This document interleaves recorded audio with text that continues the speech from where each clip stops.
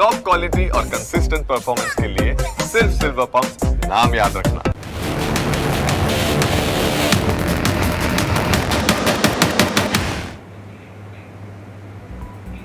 નમસ્કાર, આપ જોઈ રહ્યા છો ન્યૂઝ કેપિટલ. હું છું કુશાગ્ર ભટ્ટ. કહેવત છે કે શિક્ષક ક્યારેય સાધારણ નહીં હોતો, પરંતુ આજના સમય મુજબ નવી કહેવત બની રહી છે કે શિક્ષક બનવું પણ સાધારણ નથી હોતું.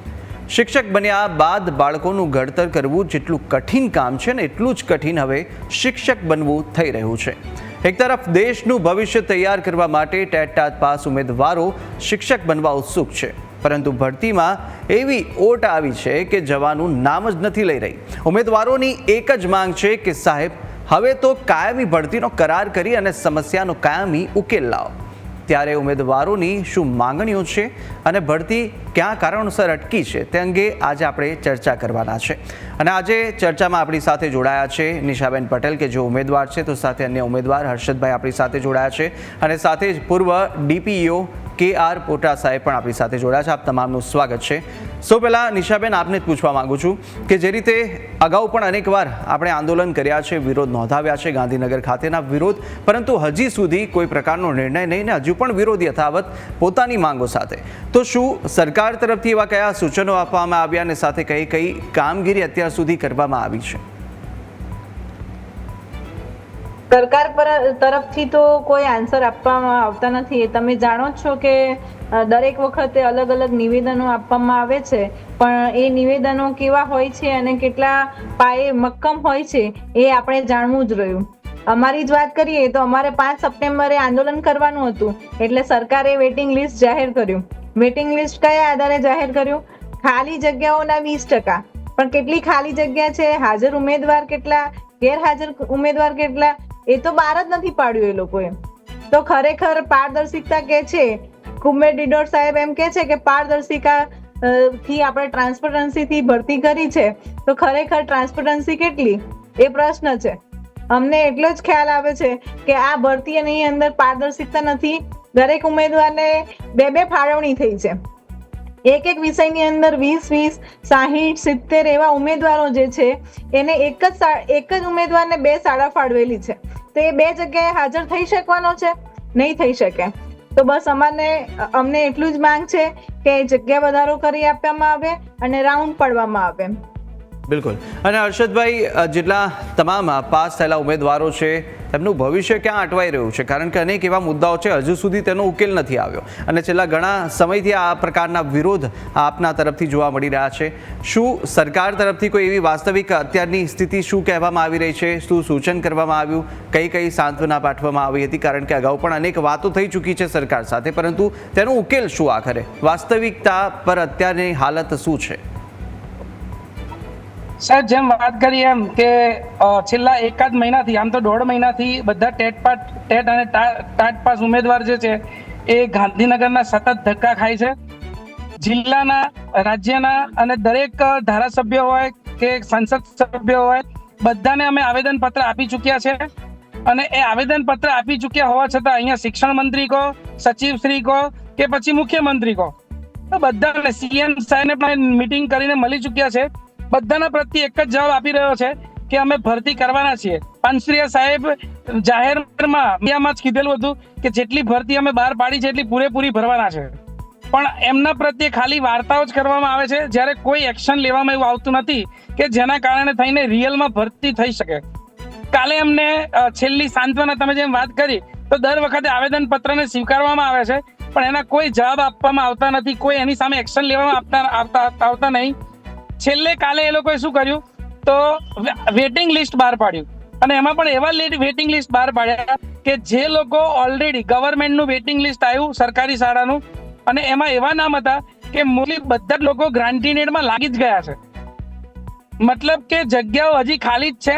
અને આ લોકો પ્રત્યે એવું કોઈ, જેને કહેવાય કે ત્વરિત કોઈ આયોજન દેખાતું નથી કે જેના કારણે થઈને એ ભરતી સત્વરે પૂરી થાય. અમારા બધા ઉમેદવારોની સાહેબ એક માંગ છે કે 10,700ની જે તમે ભરતી બહાર પાડી હતી એ ભરતી પૂર્ણ થાય, રિપીટેશન અટકે. ફર્સ્ટ રાઉન્ડ બહાર પાડવામાં આવ્યો ત્યારે જનરલ પ્લસ કેટેગરીની જે સીટોની પસંદગી મળી છે એમાં જનરલ કેટેગરીના લોકો કેટેગરીની સીટો કવર કરીને જોબ પર નોકરી પર લાગી ગયા છે. તો જ્યારે બીજી વખત બહાર પાડવામાં આવે રાઉન્ડ, ત્યારે પણ જે જનરલના કેટેગરી છે અથવા જે કેટેગરીના જે ઉમેદવાર છે એમને જનરલની સીટો પણ ફાળવવામાં આવે, એ પ્રમાણેનું આયોજન કરવામાં આવે એવી અમારા બધા ઉમેદવાર વતી એક સરકારશ્રીને નમ્ર વિનંતી છે, નમ્ર આવેદન છે કે જલ્દીમાં જલ્દી વાત કે જૂન 2025 શૈક્ષણિક સત્ર ચાલુ કરે અને ફેબ્રુઆરીના એન્ડમાં એ લોકો 10મા 12માની એક્ઝામ લેવા માંગે છે. હજુ એ લોકોએ શિક્ષક નિમ્યા નથી. જો શિક્ષક શાળામાં જ નહીં જઈ શકે ત્યારે પોતાનો જે સિલેબસ છે, અભ્યાસક્રમ છે એ પૂરો છે અને ક્યારે વિદ્યાર્થી છે કે બોર્ડની એક્ઝામ આપી શકે. અને આના અભાવના કારણે શું થાય છે કે ઘણી બધી શાળાઓ એવી છે કે જે શિક્ષક વંચિત છે. બાળકો છે એમનું જે કેરિયર છે એ કેરિયર બનતું નથી અને જે છે એ ના છૂટકે એમને ખાનગીકરણની સ્કૂલોમાં જવું છે, જેના કારણે તેને સરકારી શાળાને તાળા લાગી ગયા છે. તમે ડ્રોપ આઉટ જુઓ તો ધોરણ 1 થી એ પહેલા ધોરણથી 1 લાખ વિદ્યાર્થી આવે ગુજરાતમાં, તો એ 10મા 12માની અંદર 40,000 જ થાય છે. મતલબ 50% રેશિયો છે ડ્રોપ આઉટ. એનું રીઝન એક જ છે, કોમ્પિટિશનના જમાનામાં એમને જે લાયકાત વાળા શિક્ષકો મળવા જોઈએ એ મળતા નથી. તમારા બધાનું એક જ જેને કહેવાય કે એક જ વિનંતી છે કે જલ્દીમાં જલ્દી બીજો ના પાડવામાં આવે, જનરલ કેટેગરીની સીટો આપવામાં આવે અને ગુજરાતનું ભવિષ્ય છે એ વધારે ઉજળું બનાવવામાં આવે. બરાબર. અને પોટા સર, છેલ્લા ઘણા સમયથી આ લોકો ઉમેદવારોનો છે તે વિરોધ જોવા મળી રહ્યો છે, પરંતુ આ ખામી ક્યાં સર્જાય છે? શું જેટલા પ્રક્રિયા થતી હોય છે અને વહીવટી પ્રક્રિયાની અંદર કોઈ ખામી છે કે પછી ક્યાંક નીતિ વ્યવસ્થામાં ઉણપ છે? આમાં ફોલ્ટ ફાઇન્ડિંગ એટીટ્યૂડ કરતાં હું આ લોકોની જે વાત છે, જે રજૂઆત ટીવીના માધ્યમથી કરી છે, એના ઉપરથી એક વસ્તુ સમજ્યો છું કે આ લોકોને જે અલગ અલગ નિવેદન અથવા ઓથોરિટી પાસેથી અલગ અલગ ઇન્ફોર્મેશન મળે છે એનું સિન્ક્રોનાઇઝેશન એટલે સમન્વયતા નથી હોતી. એટલે જે એક જવાબ મળતું હોય એની સાથે બીજું નથી મળતું, ત્રીજું નથી મળતું, એટલે જવાબથી સંતોષકારકતા નથી. બીજું કે જે ભરતી પ્રક્રિયા છે એમાં જે સિલેક્ટ યાદી છે, વેટિંગ યાદી છે અથવા કોઈ ઓર પ્રકારની યાદી છે, એની ટ્રાન્સપરન્સી આ લોકોને જોઈએ છે. એટલે આ તો એક સિમ્પલ વસ્તુ છે કે મેરિટ યાદી જે બને એમાં જ આ વેટિંગ ઓપરેશનનું જે કોઈ પણ ક્રાઇટેરિયા જીઆર અથવા મેથોડોલોજી દ્વારા નક્કી કરવામાં આવ્યું હોય તો એ લોકોએ આ પ્રદર્શિત કરી દેવું જોઈએ ફર્સ્ટ ઇન્સ્ટાન્સમાં. જો કેન્ડિડેટ અવેલેબલ ન હોય તો એ પ્રમાણે જાણ કરવી જોઈએ. એટલે યાદી જે છે એ ટ્રાન્સપરન્સી લેતી હોય એ પ્રમાણેની આ લોકોની એક ડિમાન્ડ છે. અને બીજું કે પ્રોપર રિપ્લાય આ લોકોને આવેદનનું મળતું નથી. હવે આ લોકોએ જે ઉમેદવારો છે જોબ ઈચ્છુક, એ લોકોએ અલગ અલગ આવેદન કરવા કરતાં સિંગલ આવેદન કરીને આ લોકોએ જે ડિમાન્ડ છે એને લીગલાઇઝ વેમાં નિયમોના આધીન અને જે જગ્યાઓની માહિતી હોય તો એ પ્રમાણે આ લોકોએ આવેદન કરવું જોઈએ. એકજૂટ થઈને આ બધી વસ્તુઓ કરવાની. મેં કર્યું અને બીજાએ કર્યું કે ત્રીજાએ કર્યું એ પણ નહીં. અને સૌથી અગત્યની વાત એ છે કે જો સરકાર તરફથી નિવેદનો જુદા જુદા મળતા હોય તો આ લોકોની એપ્રોચ કેટલા લોકો પાસે છે ને આ લોકો કોને કોને એપ્રોચ કરે છે એ પણ ઇમ્પોર્ટન્ટ બની જાય છે. કારણ કે મને એપ્રોચ કરે તો મારી માનસિકતા જુદી જાતની હોય, હું જુદા પ્રકારનું આ લોકોને જવાબ આપું. એ આ લોકો એબીસીને મળે તો એ એબીસી જુદા પ્રકારનું આ કરતી હોય. હવે જે કોમ્પ્લિકેટેડ સ્થિતિ દેખાતી હોય, મારું આ ન્યૂઝ કેપિટલના ટીવી પ્લેટફોર્મથી એક જ સરકારને નિવેદન છે કે 2010થી વિદ્યા સહાયકની ભરતી અથવા સેકન્ડરી હાયર સેકન્ડરી ભરતી ચાલુ થઈ છે. 2010થી 2025 દરમિયાન જે કોઈ પણ વહીવટી પ્રોબ્લેમો ઉપસ્થિત થયેલ હોય, જે કોઈ પણ કોર્ટ કેસીસ થયા હોય ને એ કોર્ટ કેસીસમાં જે ચુકાદા આવ્યા હોય અથવા પડતર હોય તો એનું અભ્યાસ નિષ્ણાતો દ્વારા કરવાનું, કોઈ કમિટીમાં એલફેલ વ્યક્તિને એલફેલ અધિકારીગણને નહીં લેવાનું.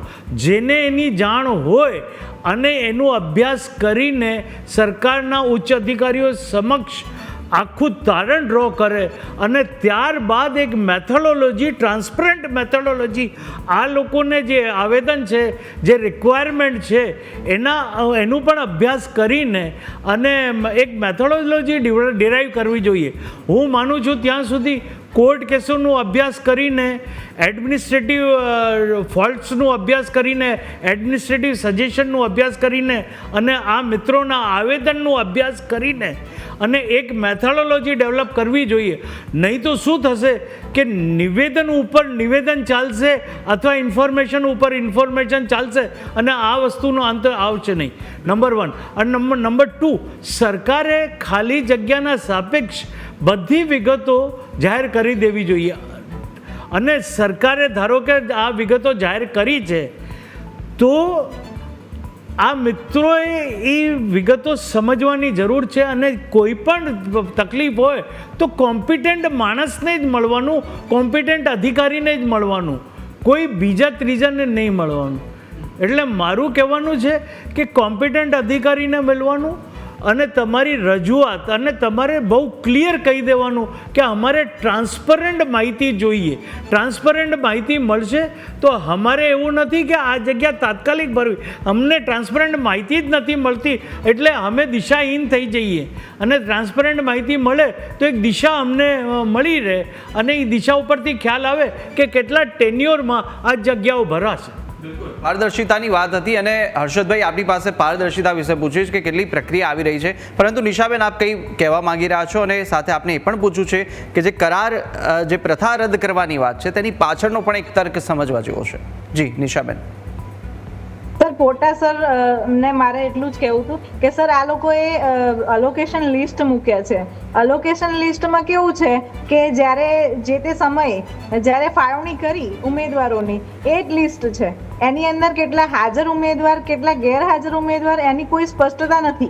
બસ આ ફાળવણી લિસ્ટ છે જે વેબસાઇટ ઉપર મૂકવામાં આવેલું છે અને એના ઉપરથી કોઈ પણ વસ્તુ તારણ નથી થતી કે આપણે હાજર ઉમેદવાર કેટલા, ગેરહાજર ઉમેદવાર કેટલા.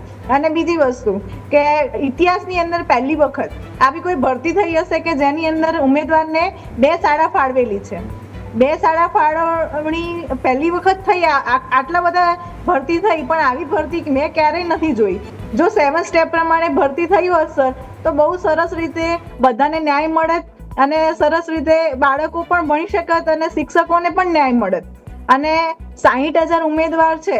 આજે 8 વર્ષે તમે કોઈ ભરતીનું આયોજન કરો છો, 8 વર્ષ થાય એટલે દસકો કહેવાય. એક વ્યક્તિના જીવનનો 10 વર્ષ એણે હોમી દીધા એની અંદર, ખાલી પરીક્ષાની તૈયારી અને પરીક્ષાનું વેટિંગ, ભરતીનું વેટિંગની અંદર. તો એ કેવી રીતે 10 વર્ષની અંદર આટલી જ ભરતી થઈ શકે એ પ્રશ્ન ઊભો થાય છે સરકાર. એટલે મારે તો એટલું જ કહેવું છે કે અત્યારે શિક્ષકો 1 લાખ શિક્ષકો જેટલી જરૂર છે. અત્યારે નવા આંકડા મુજબ તમે જાણ્યું જ હશે કે પહેલા 1800 શાળાઓ એવી હતી કે જે એક શિક્ષક ઉપર આધારિત હતી. એનો આંકડો વધીને કેટલો થયો? 3000 શિક્ષક શાળાઓ છે એની અંદર એક જ શિક્ષક ભણાવે છે. હવે એક શિક્ષક હોય 150 બાળકોને ભણાવે તો એ શિક્ષક, શાળા, બાળકો એ ત્રણેયનો પ્રશ્ન છે કે કેવી હાલત હશે એ લોકોની, એ કયા સ્તર ઉપર ભણી રહ્યા હશે, એ લોકોનું ભણતર, એ લોકોનું શિક્ષણનું લેવલ કેટલું હશે એ જોવા જેવી વાત છે. એટલે શિક્ષક નું બહુ જ મહત્વ છે જે સમાજમાં બદલાવ લાવી શકે. અને આપણા ગુજરાતમાં હાલ જોવા જઈએ તો 1 લાખથી વધારે શિક્ષકોની ઘટ છે. એની સામે સરકાર જો 60,000 ઉમેદવાર, લાયક ઉમેદવાર છે, એવું નથી કે ઉમેદવાર નથી મળતા, એની સામે ખાલી 10,700 ની ભરતી અને એ ભરતીમાં પણ આવી રીતે પ્રોબ્લેમ લાવે, કોઈનો કોઈ રીતે અટકાવે, આ રીતે સમયગાળો વેસ્ટ કરે તો ઉમેદવારની પણ એક વય મર્યાદા હોય છે, એ લોકો ધ્યાનમાં લેતા હોય છે. તો સરકાર ના ભરતી કરે એની અંદર ઉમેદવાર શું કરે? બિલકુલ એ પણ આપણે પૂછીશું પોટા સરને કે આ વ્યવસ્થાપન, શિક્ષણની જે નીતિ છે તે ક્યાં આગળ જઈને કથરી રહી છે તે આપણે જાણીએ. પરંતુ હર્ષદભાઈ, આપ પણ જે કહી રહ્યા હતા પારદર્શિતા કેટલી રહેલી છે આ પ્રક્રિયાની અંદર તે પણ જણાવશો. સાહેબ સરસ મજાનો તમારો પ્રશ્ન છે, પારદર્શિતા. અને આપણા જે સિકંદરી છે હાલના એ પણ ઘણી વખત વિડીયો માધ્યમથી ને કહે છે કે ભરતી પારદર્શિતા થઈ છે. જો સાહેબ પારદર્શિતા ભરતી થઈ હોય ને તો તમારે બધી જ માહિતી એ પોર્ટલ પર ટાઈમ ટુ ટાઈમ મૂકવી પડે. જુલાઈ મહિનાના પહેલા વીકની અંદર 3 જુલાઈએ ગવર્મેન્ટના જે શિક્ષકો હોય, સરકારી શાળાના શિક્ષકો, એમને એમનો નિમણૂક પત્ર આપવામાં આવ્યો છે. એ જ મહિનાની 8મી તારીખે એટલે 8મી જુલાઈ એ લોકોને જે ગ્રીન શાળાના શિક્ષકો છે એ લોકોને નિમણૂક આપેલો છે. તો એમની તારીખે ખબર પડી જાય કે કેટલા શિક્ષકો હાજર રહેવાના છે, કેટલા શિક્ષકો ગયા છે. એ આંકડો 2 મહિના આજે આયા, હજુ પણ એ લિસ્ટ બહાર આવ્યું નથી. હાયરની જે સ્કૂલ છે, હાયર સેકન્ડરીની સ્કૂલ છે, એ સ્કૂલમાં કેટલા શિક્ષકો હાજર થયા છે, શિક્ષકો હાજર છે, એમનું કયા વિષય મેરિટ કઈ જગ્યાએ અટક્યું છે, આ જ રીતની કોઈ જ માહિતી આપવામાં આવી નથી. અને અમે જે સાહેબે કીધું કે તમે વ્યવસ્થિત માણસને મળો, અમે આના માટે ઘણા બધા નિવેદન આપ્યા છે, શિક્ષણ મંત્રીને પણ મળ્યા છે, સચિવ મળ્યા છે. બધા લોકો એક જ જવાબ આપે છે, હમકો મત સિખાઓ, હમકો સબ બતાએ. એવું કરીને અમને ઓફિસમાંથી રવાના કરવામાં આવે છે. 10 વાગે બોલાવે છે, 3:30 વાગે મળે છે. બરાબર.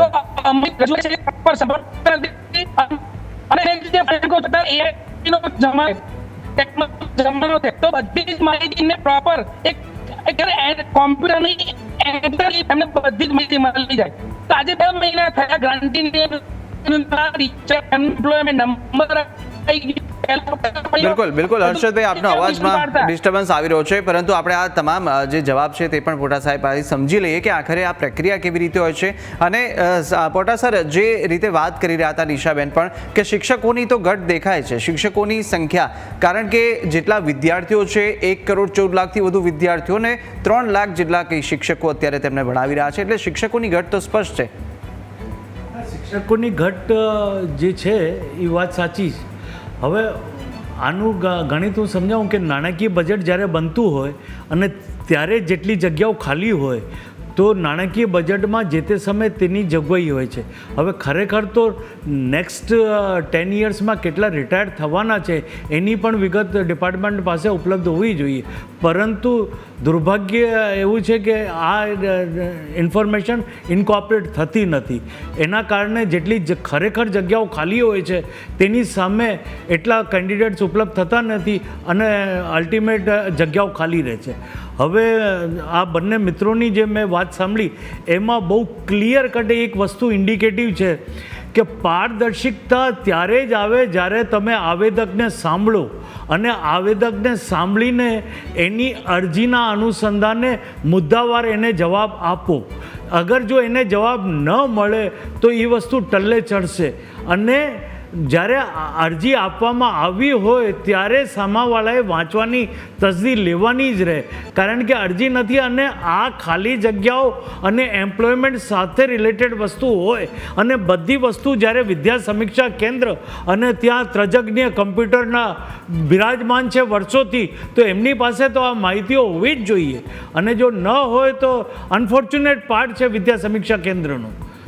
એટલે આ જે બેનની એક વસ્તુ મને સમજમાં આવી કે જે ગેરહાજર, હાજર અથવા સિલેક્ટર્સથી રિલેટેડ જેટલા પણ આસ્પેક્ટ છે એની માહિતી અવેલેબલ જે તે સમયે હોવી જોઈએ. અને ગેરહાજર હાજરની જે વાત છે એમાં ડીઓ ડીપીઓ કચેરીમાં જે તે સ્કૂલ એમના અંડરમાં આવતી હોય એની વિગતો ત્યાં ઉપલબ્ધ 7 દિવસ અથવા 30 દિવસનો ટાઈમ હોય તો 31મા દિવસે મળી જવી જોઈએ.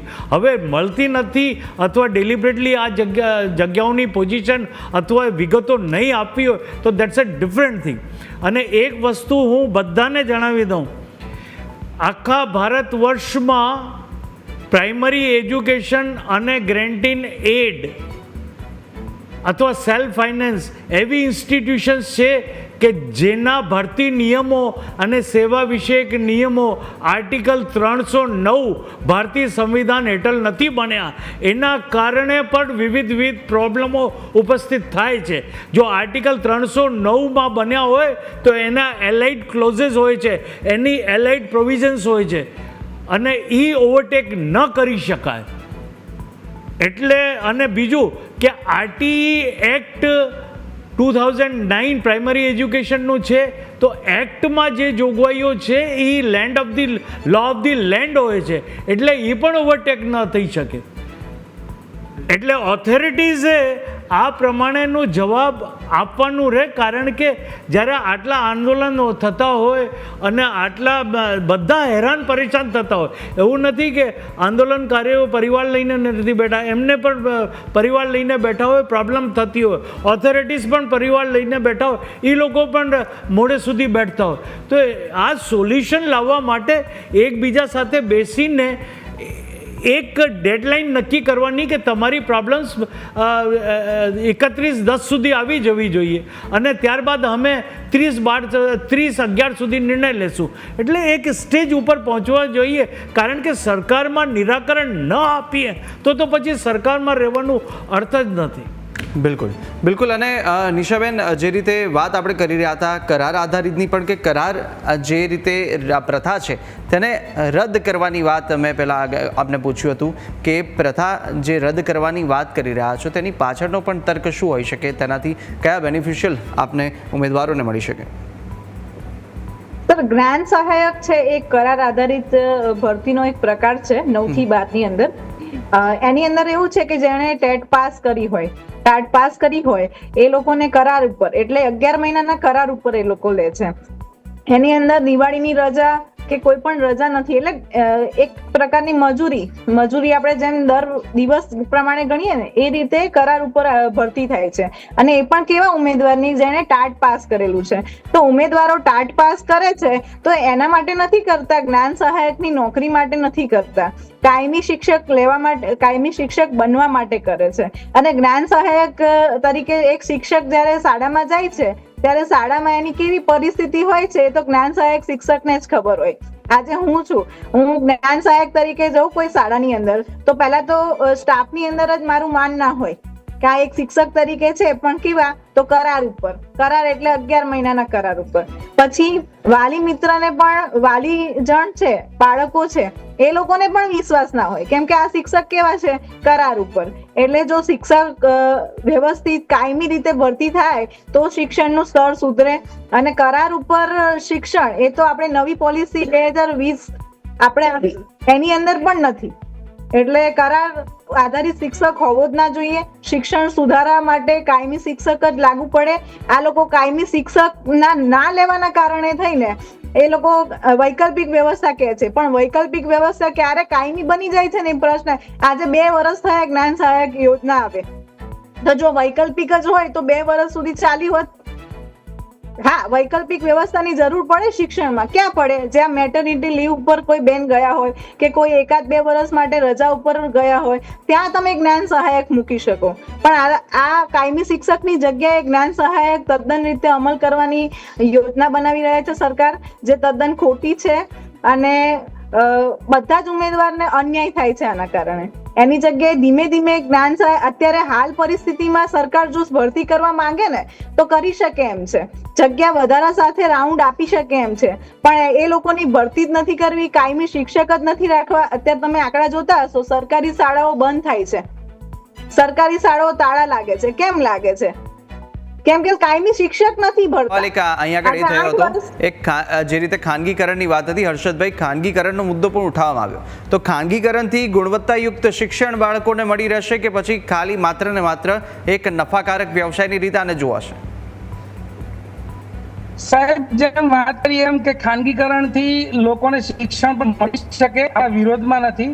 કારણ કે ભારતમાં આજે 60 થી 70% શિક્ષકો એ અત્યારે ખાનગીકરણમાં જ નોકરી કરે છે, કે એમને સરકારીમાં સમાવવામાં નથી આવતા. એટલે બીજું, ભારતમાં મિડલ ક્લાસ, એમાં પણ લોઅર મિડલ ક્લાસ લોકો વધારે છે, જે લોકો ખાનગીની શાળાની મોંઘી ફીઓ એક્સેપ્ટ કરી શકે એમ નથી, અને એટલા જ માટે એ લોકો સરકારી અથવા તો ગ્રાન્ટીની શાળામાં મૂકે છે. તો ખાનગી શાળાઓ ચાલે છે, આપણે એના વિરોધમાં નથી, પણ સરકારે શું કરવું જોઈએ કે જેટલા ટેટ અત્યારે પાસ ઉમેદવાર છે એને તમે, એ શિક્ષણ યુક્ત છે, એ લોકો ક્વોલિફાઈડ છે, એ લોકો ટેલેન્ટ, એટલે તમારી એક્ઝામને એ લોકોએ દ્વિસ્તરીય એક્ઝામને એ લોકોએ પાસ કરી છે. એટલે તમે એમને શું કરો, તમે એમને સરકારી ધારાધોરણ મુજબ એમને તમે નોકરી આપો તો સરકારી શાળાઓમાં શિક્ષકો આવશે તો વિદ્યાર્થીઓનું પ્રમાણ પણ વધશે. તો ગામડાના છેવાડાના જે વિદ્યાર્થી છે જે શિક્ષાથી વંચિત રહે છે એ લોકો વંચિત નહીં રહી શકે. નહીં તો પછી એ લોકોને ના છૂટકે ખાનગીકરણ જવું પડશે અને મોંઘી ફીઓ ભરવી પડશે. એટલે અમારી રિક્વેસ્ટ એવી છે, હા, અમારી રિક્વેસ્ટ એવી છે કે ઉમેદવાર છે જેઓ 7 માર્ક્સથી પાસ થયા છે, ભરતીની જે પ્રક્રિયા છે એની ભૂલના કારણે આ શિક્ષકો નોકરી નથી લાગી શક્યા. તો અમારી રિક્વેસ્ટ છે, જેમ કે કેટેગરી વાળાને લોસ ગયો છે, એસટી એસસી ઓબીસી હોય એમને લોસ ગયો છે, તો આ જેટલા પણ લોકોને લોસ ગયો છે એમને હમણાં સાહેબે જેમ કીધું એમ કે એ લોકો પાસે સરકાર એકવાર મીટિંગ કરે, અમે રેડી છે એના માટે, એનું નિવારણ લાવે અને અમને એક ડેડલાઈન આપવામાં આવે કે ભાઈ આટલા સમય સુધીમાં અમે ભરતીનું કાર્ય પૂરું કરી દઈશું. અમે રાહ જોવા તૈયાર છે સાહેબ. અમે 15 વર્ષ નોકરી છે, અમે 10 વર્ષ એક્ઝામની તૈયારી કરી છે, તો 2 મહિના શું રાહ નહીં જોઈ શકીએ? પણ એમનો એક જ શબ્દ હોય છે, ટૂંક સમય. હવે ટૂંક સમય ક્યારે પતશે એ જ અમને ખબર નહીં પડતી. એક મુદ્દત એવી જોઈએ છે. આ ટૂંક સમય છે એ ક્યારે, એ પણ સવાલ છે કે હવે એક એવી ડેડલાઈન આપી દો, એક તારીખ આપી દો કે આ તારીખે અમને ફાઇનલ ઓપ્શન મળી જાય કે અમારે શું કરવું છે. બિલકુલ. અને પોટા સાહેબ, છેલ્લો સમયનો અભાવ છે અને આપને ટૂંકમાં એવું પણ પૂછવા માંગીશ કે જે રીતે બેન વાત કરી રહ્યા હતા કે એક વૈકલ્પિક વ્યવસ્થા છે તે ક્યારે કાયમી થઈ જાય છે તેનું કોઈ ઠેકાણું નથી હોતું. અને બીજો પ્રશ્ન ખાનગીકરણનો પણ એ હતો કે જે શિક્ષણ સેવા છે તેને કેવી રીતે જોવાય છે? શિક્ષણ સેવાને એક સોશિયલ સર્વિસ તરીકે જોવાય છે કે પછી એક કોમર્શિયલ સર્વિસ તરીકે હવે જોતા આવતા આવ્યા છે? આપ ટૂંકમાં જવાબ આનો. વૈકલ્પિક શિક્ષકની જે જ્ઞાન સહાયકની વાત છે તો એ તો શિક્ષણ માટે ઉચિત નથી અને એના માટે તો રેગ્યુલર પે સ્કેલમાં જ એપોઇન્ટમેન્ટ કરવી જોઈએ. ખાનગીકરણની જે હું વાત કરું છું તો ખાનગીકરણમાં એવું છે કે એ કોમર્શિયલાઇઝેશનના જ આસ્પેક્ટ છે, એટલે ખાનગીકરણને વધારે તવજ્જો આપવી જોઈએ નહીં. અને જે આરટી એક્ટમાં 25% અને કોમ્પિટિટિવ એક્ઝામ ટેસ્ટમાં જે વિદ્યાર્થીઓને 6 થી 8માં ને 1 થી 8માં જે શિફ્ટ કરવામાં આવે છે એનાથી પણ વિદ્યાર્થી સંખ્યા સરકારી શાળાઓમાં ઘટે છે અને ઘટવાના કારણે મેકમ પણ ઓછું થવાની સંભાવનાથી ઇનકાર ન કરી શકાય. કારણ કે જ્યારે ક્યુમ્યુલેટિવ ફિગર આવશે તો cumulative figure at a large આવશે અને એમાં એક દિવસ મેકમ એકદમ ઘટી જશે. એટલે સરકારે ખાનગીકરણને પ્રોત્સાહિત કરવું અને વૈકલ્પિક શિક્ષકની વ્યવસ્થા નાબૂદ કરવી એ વિચારવા જેવી વસ્તુ છે. કારણ કે જનહિતમાં અને સરકારનું જે છે એ લોક કલ્યાણ અર્થે જ ઓબ્જેક્ટિવ હોય છે. એટલે શિક્ષણના હિતમાં વિચારવું જોઈએ લાંબો ગાળો ધ્યાને રાખીને. બિલકુલ બિલકુલ. પોટા સર, નિશાબેન અને હર્ષદભાઈ, આપ તમામ અમારી સાથે આ ચર્ચામાં જોડાયા, ભાગ લીધો તે બદલ આપનો ખૂબ ખૂબ આભાર. તો મિત્રો, આજની આ ચર્ચામાં સ્પષ્ટ છે કે ટેટ ઉમેદવારો ફક્ત નોકરી નહીં પણ ન્યાયની માંગણી પણ કરી રહ્યા છે. કરાર પ્રથા જેવી અનિશ્ચિત વ્યવસ્થાઓ કે સાથે ખાલી પડેલી જગ્યાઓ મૌન પાડીને અટકાવી એક પ્રકારનો ન્યાય છે. અને અમે આશા રાખીએ છીએ કે જવાબદાર તંત્ર આ મુદ્દાઓ પર ગંભીરતા દાખવશે અને કોઈક ચોક્કસ એવો ઉકેલ લાવશે. હાલ બુલેટિનમાં આટલું. મને આપશો રજા. નમસ્કાર.